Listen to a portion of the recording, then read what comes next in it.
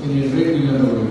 Wala tayong problema. Ako, I don't really want Marcos serious enough for me to speak out and say, Mr. President, we do not agree with you. Mr. President, you are wrong. And Mr. President, you stop it. Kasi hindi na maganda sa bayan. I have not reached that point. But kung mayroon akong hindi nagustuhan, out of respect, hindi naman it does not really would go into the core of governance na walang hindi masyado ang gusto. Sinisikreto. Isabi na amo natin na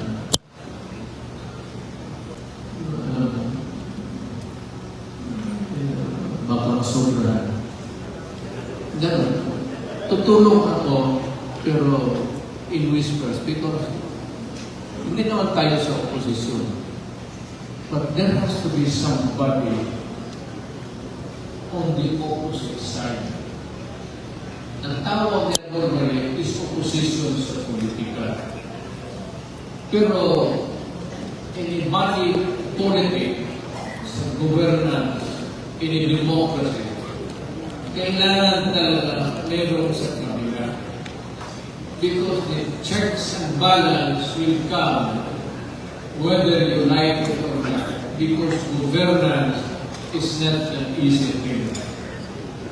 It's a gamot of so many things sa buhay ng Pilipino ng isang community country na maraming problema pasok labas. And somebody has to attend to the problem, solve the problem. But then again, there has to be somebody who says that you are doing it right or you are doing it wrong. Because we have to protect the people of the Republic of the Philippines. You want to protect. Ang natin masabi, Mr. President, Mr. Marcos, I do not agree with you. You correct yourself in 1 month, otherwise we go to the rebel side. Hindi po din gano'n eh.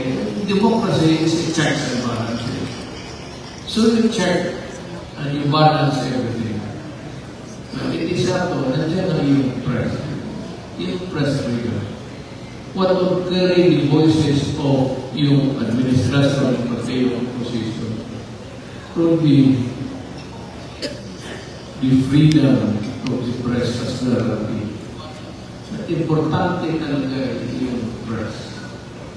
Whether sometimes they are biased or not, but you have to give them the highest of respect because they carry the voice of the people, whether it is in the minority or the popular side of things. That is how we go. Ngayon, having said that, maraming malapit naman ang election,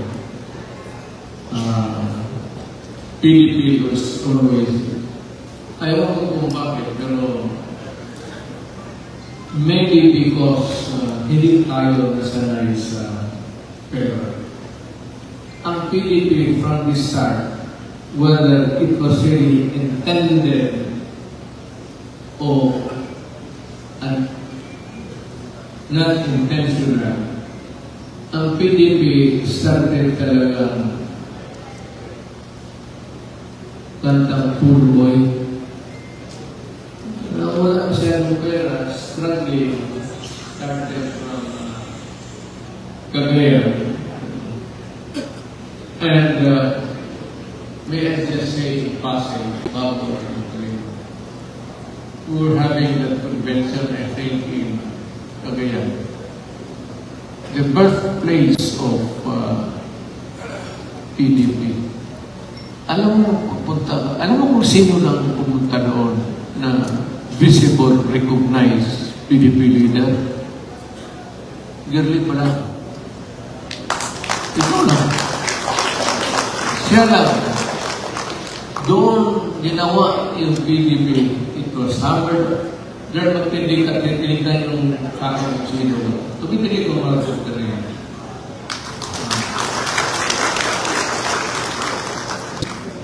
Ito si Gerber. Diyan nasira ang buhay ko.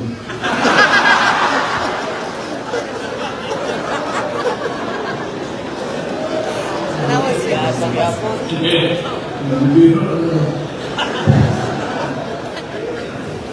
Kagalayan ito. Nakita ko yung announcer ito ng ABS ngayon. She's from Cagayan.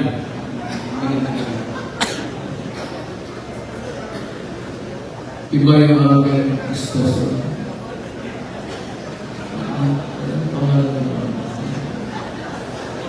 RPN yung aking hindi ABS again. Ang kuya ko talaga RPN. So yan, dito na yung ano, mag-election. Nandiyan na sa lahat.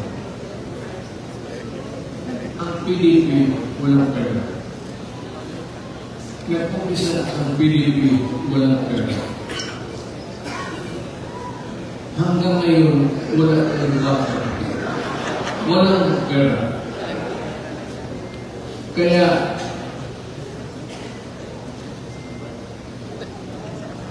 ewan ko kung magka-uwi pa kayo, may pamasahin pa kayo.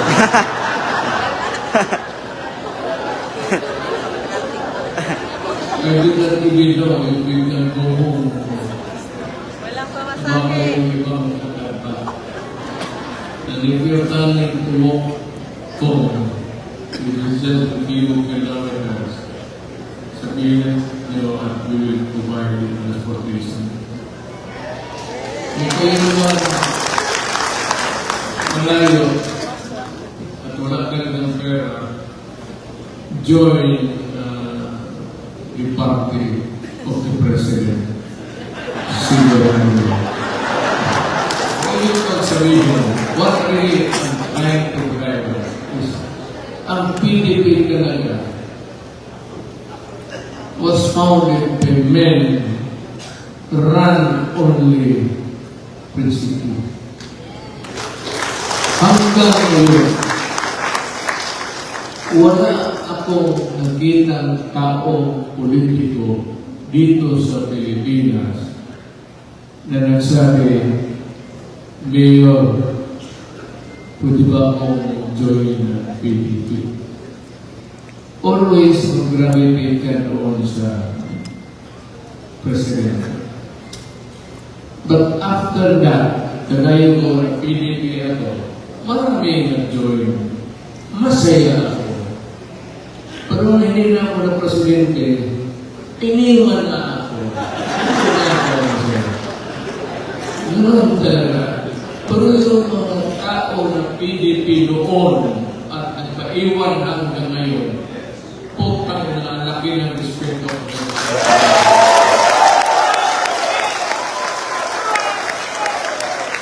At kung sakali tatakbuhan kayo, sabihin ninyo wala kayong pera, we will raise the money. Kasi, hindi tulong na under the table.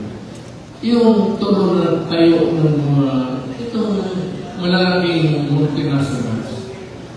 Pwede ba na ako sabihin? Okay. Sponsor na ng isang merienda ng kandidato mo. At meron kang malaking budget yan. Kasi 50 million, okay na.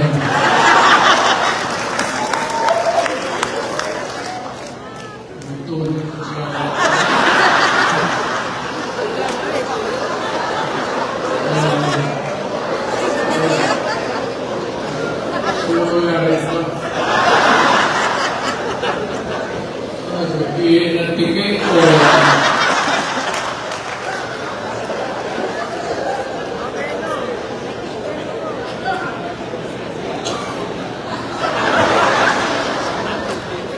mo yung babae?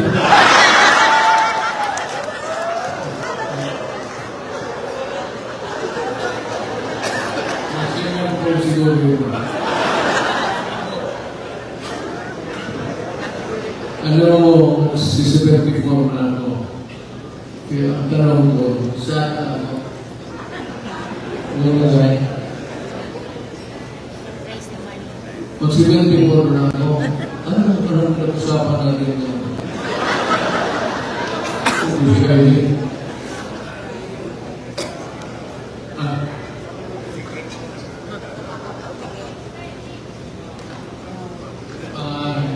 Yung pinili talaga, isa walang pera.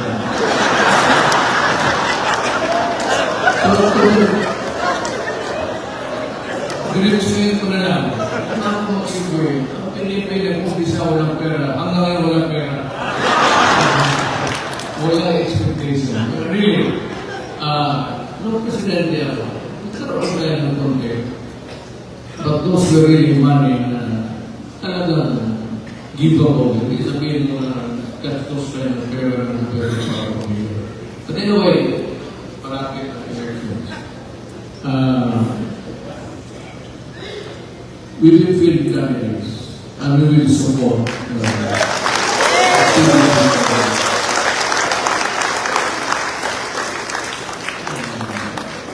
ako, partly, naasahan ninyo, mag-raise ako ng contemporary.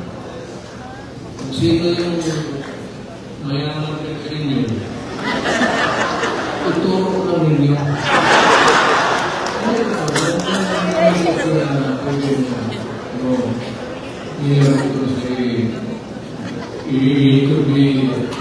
Do not be offended kayo ng mga incheck kasi lolo ng Chinese. Ito incheck kayo ng turo mo natin. Ako na bahala kasi yung lahat ng maging lahat ng mga buka kayo. Tumulong sa mga ako na bahala sa inyo.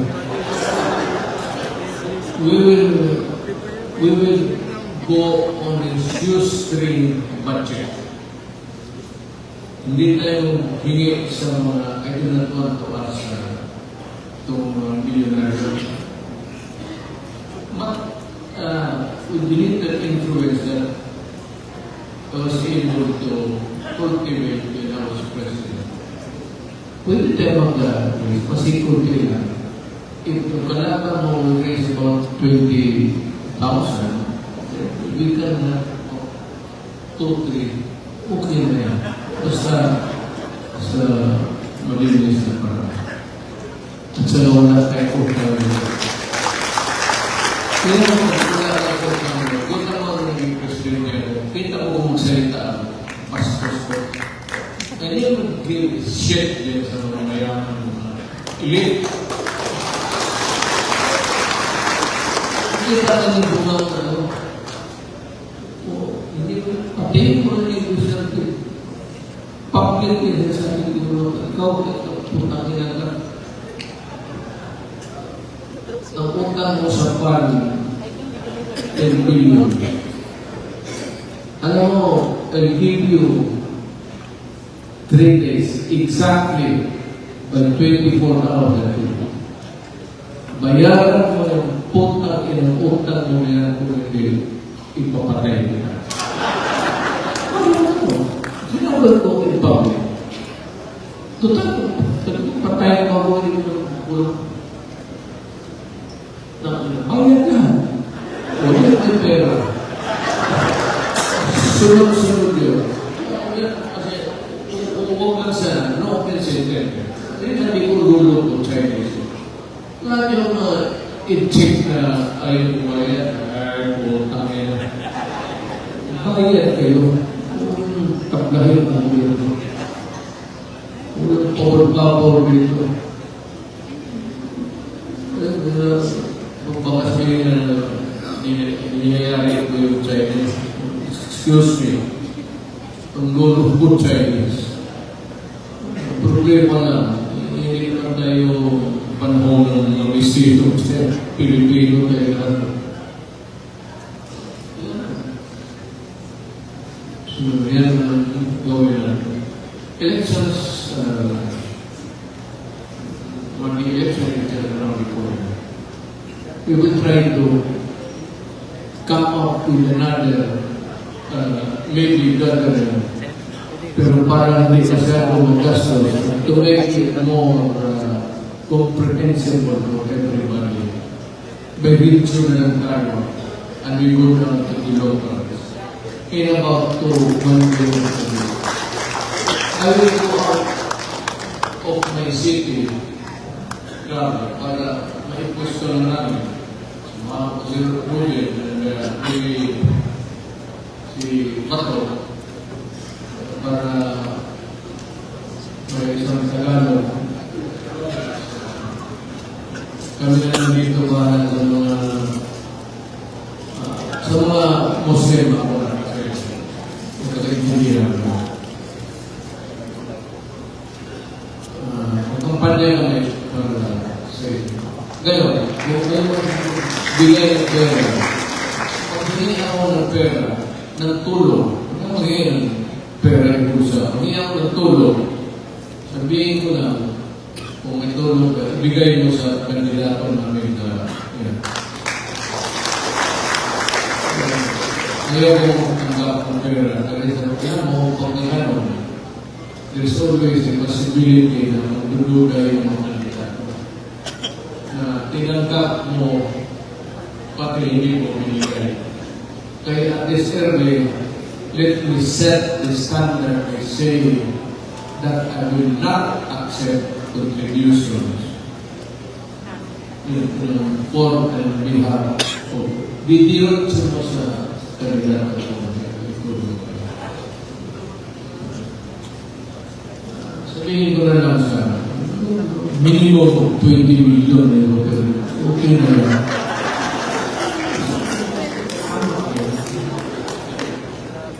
Total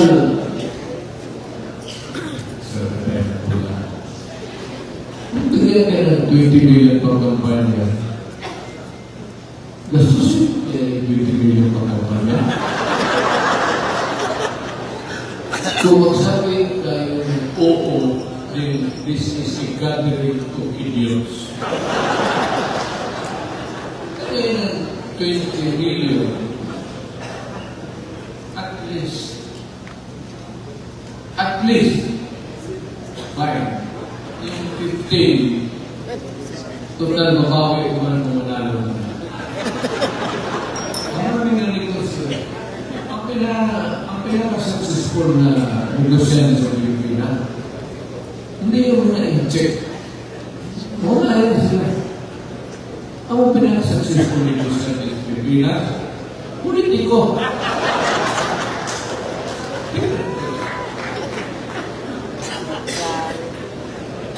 Pero, pabiro ka na yan. Depende na yan sa inyo. It's how you know.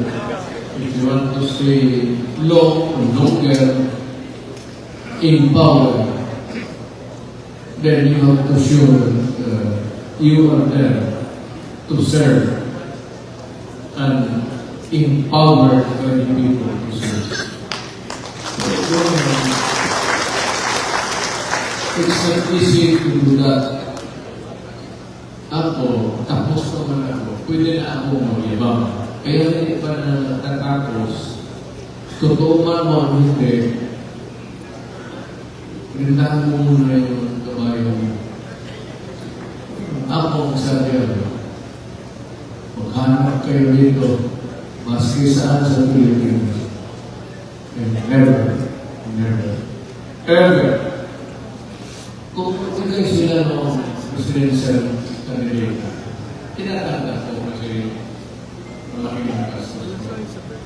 Pero kung sabihin mo na magiging concessions, naging presidente man ako, maghanap kayo ng isang tao makaturo sa akin sa kayo na nagiging sila ng pabor ng franchise at bigay sila ng kasi pag upo ko pa lang, alam na ng mga tao ng Pilipinas ang ugali ko dito sa Di, nung lalo na nung fiscal ako, magpunta ka ng kusina mo, magugado ka, regalo ka sa akin ng pantalon. Isa ulit ko yung regalo mo, kinabukasan, kaya yung kliyente mo, patagilid ko talagang walang kasalanan, ipapay ko yung kaso para may problema ka. Tanong kayo dito, may sinong ugado na walang gumawa sa akin.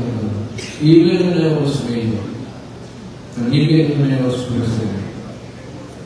Ngayon, magtanggap na ako. Wala namang problema. Wala akong tao. Wala akong maibigay sa inyo. Oo, sabi ko yun, bigay ka sa akin. Sabi ko ito na ito. I will not do that. Ang nilaiyo ko yung respeto niya sa akin. Sinabi ko, sundin mo yung ginawa ko. You want to stay in politics for a longer period, then sundin mo yung ginawa ko. All you have to do, only complete honesty, all you have to do is practice the letter itself. Ang ganda na tayo. Yun.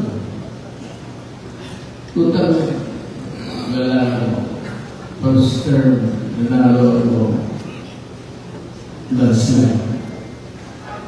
So, wala. Second and fourth. Nung presidential, alam ko na nanalo. Ayaw ko na mag-iba. Pero wala akong yung siya yung mga may-ari ng mga big business na. Pero presidente ako, ingat din siya.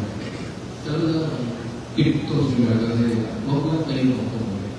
Hindi ko naman kayo hanapan ng I will not begrudge you for not liking you. I will, mas lalo na sabihin mo lang ang binigay ng pera. Because I know also at that time na mananalo na. So, kayong mga politiko ngayon dyan,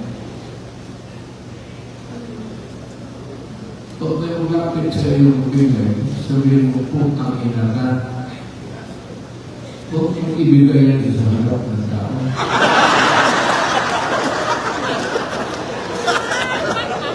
Ngayon mo lang doon sa kapatid ko, asawa ko.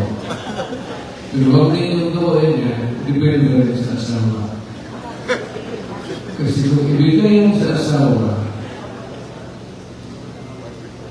even 1/4 of that, wala ka na makabutan.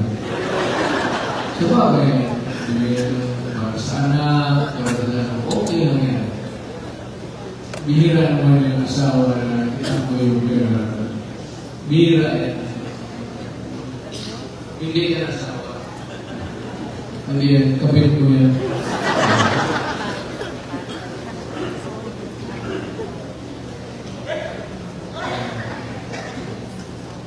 Let's meet again by next time.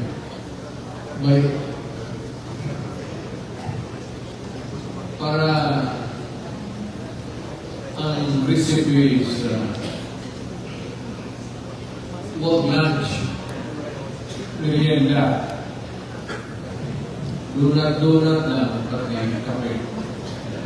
Tapos hanggang alas 5 lang, kanya-kanya na tayo.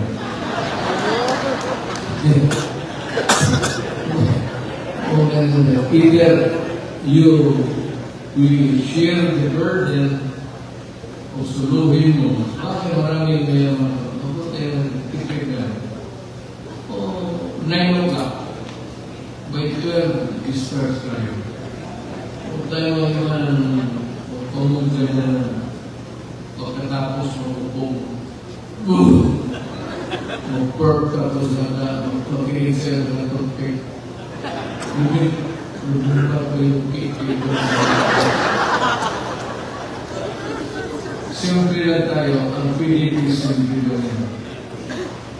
Small na, keep it that way. Nasanay tayong gano'n, walang pera. Hanggang ngayon, wala tayong pera. Kaya, kung meron ako sponsor na ako siguro, yung ano yung sa local, do not bother preparing.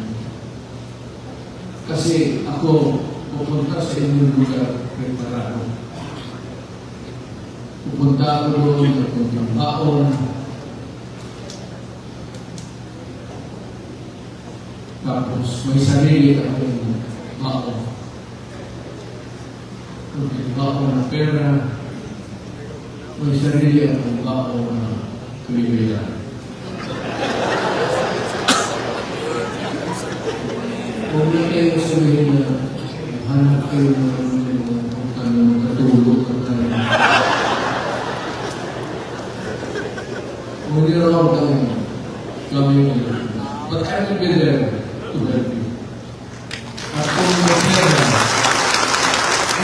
pera kung saan yung doon na ibigay, malaman ninyo kasi sasabihin ko, kung saan yan na lugar na yung negosante yung bigay, hindi ko i-share din sa ibang lugar. Ibibigay ko lang sa inyo. At malaman ko yan kasi sasabihin ko sa inyo sa harap ng magbigay. Kung sabihin nyo, bigay dito tapos ipasa doon. Kung may magbigay man doon, ngayon, kung mismo si Lusultan ang magbigay, yung barangay captain doon sa barangay Lusultan, maswerte. O ito yung pupusin niya. Ganun na. So, ano po ba? Maganda mo siguro. Yung pera na ibigay niyo,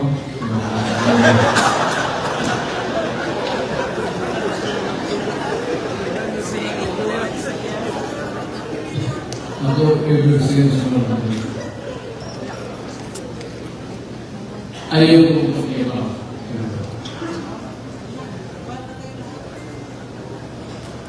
Luminsan,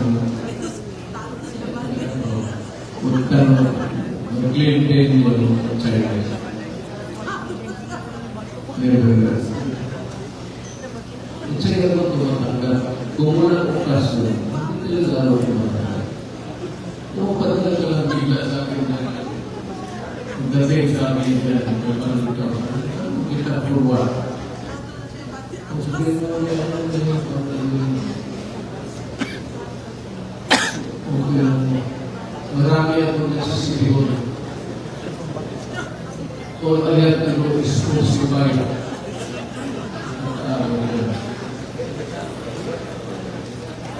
Ngayon na naluto yan.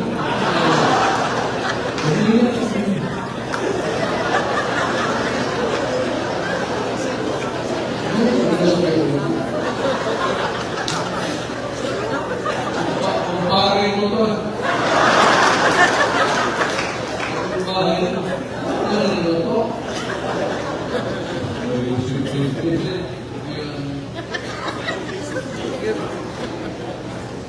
O, kung mo yung may-ari nito?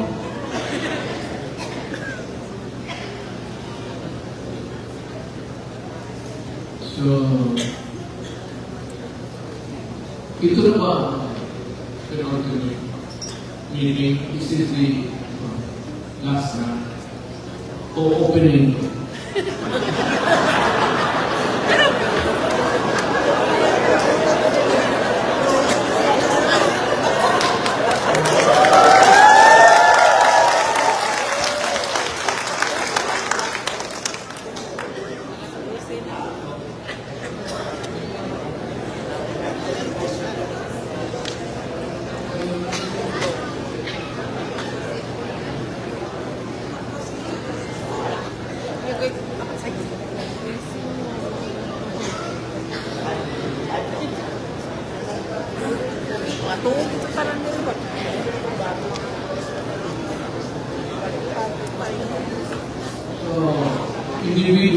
siguro, we will meet, if you have the money, and I hope that you can raise a bigger amount. Makaikot kami, 1 or 2 or 3. Bato, Bong. Si Bong, maraming pera.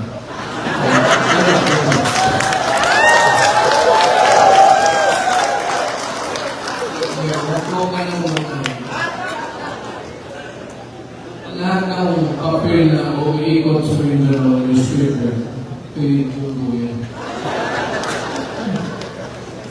Tesoro Printing Press. Kung kaya niyo print ng newspaper, kaya niyo print ng pera.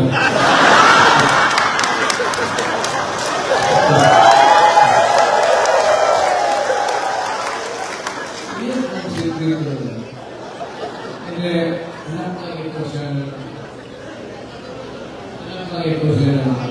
the oldest, maybe the oldest in the printing press. Ngayon, pinagmalaki. Hindi sa ito siya, sabihin mo na he's just a family malaking pamilya is Lord. Ilan yung nagprintan yung peke na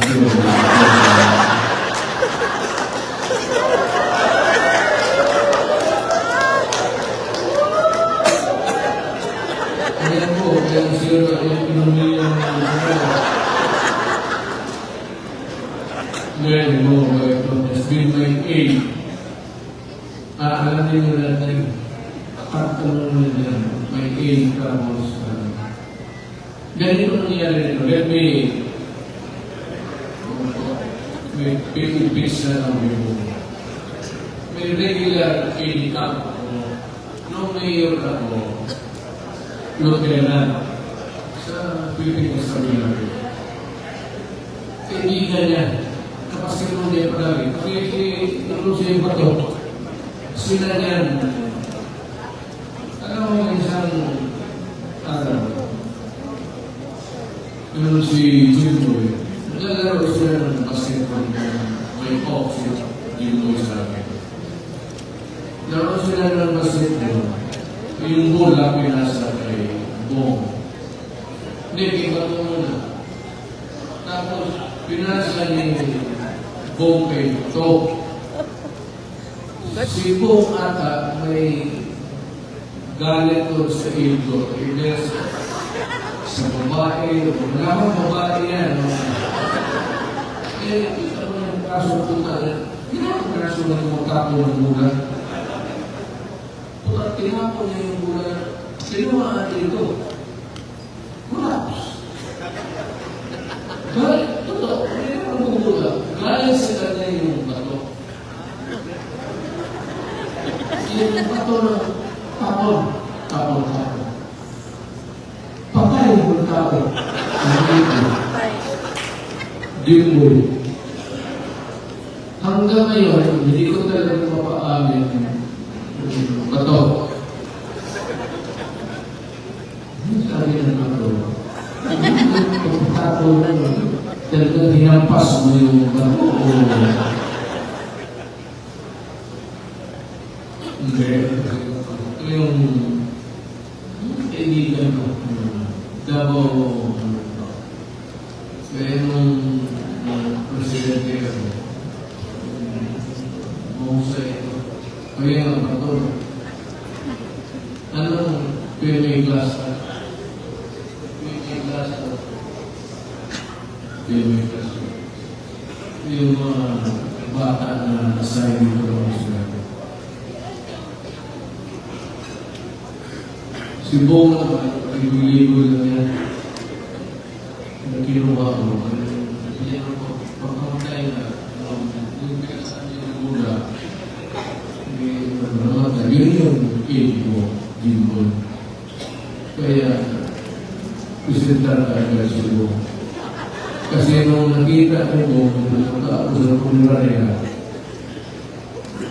pumasok ako doon sa morgue, nakita, nagibong ng maraming babae, play ko yung bago, kita ng maraming babae, pagpasok niya, bulong ka agad sa akin, Mayor, ako nagpapalit sa iyo. Kasi sigurado niya, yung maduro, may inherent niya eh. Sabi ko sila. Kaya yung naing siya, wala naman ginawa. Sa awa ng Diyos. Babae rin talaga, na-overtikan ako. Performance. Then eventually, ito silang dalawa. Sabi ko na lang kayo palagi ko ako po na lang kayo ng senador.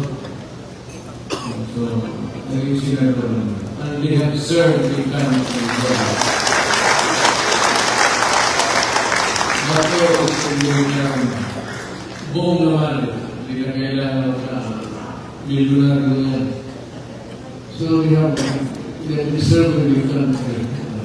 Wala tayong lugi dito sa kanila. I am sure of that. At hindi ako mga pata. So, sino mag-reserve ng maging senador? Pag-iwan kayo sa dismissal na mag-usap kayo. Kung tanongin ko sa iyo, ilan ba ang babae mo? Kasi yun ako na suporta sa iyo. Mas marami yung babae mo, mas marami.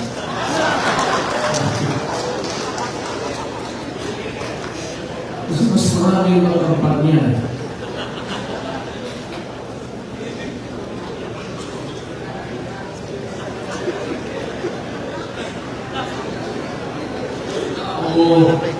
Wala ka na siya ito. Tubet. Ito na, magmadagdag na naman sa Senado. Mabay mas ako trabaho lang. Wala ba na kung ano sa tao? Kaya mo gambling ka sa mga iyo. Sinusugan mo yung pera mo. Ano ka? Bubong ka. Kasi ka sa... Alam mo, meron yan, sigurado. Kung siya na puntang niya ako, wala si Consiglio, siguro, kung siya alam mo na yung siya yung umilag ako, may mga nagkasing na, hindi ko naman pinapasok.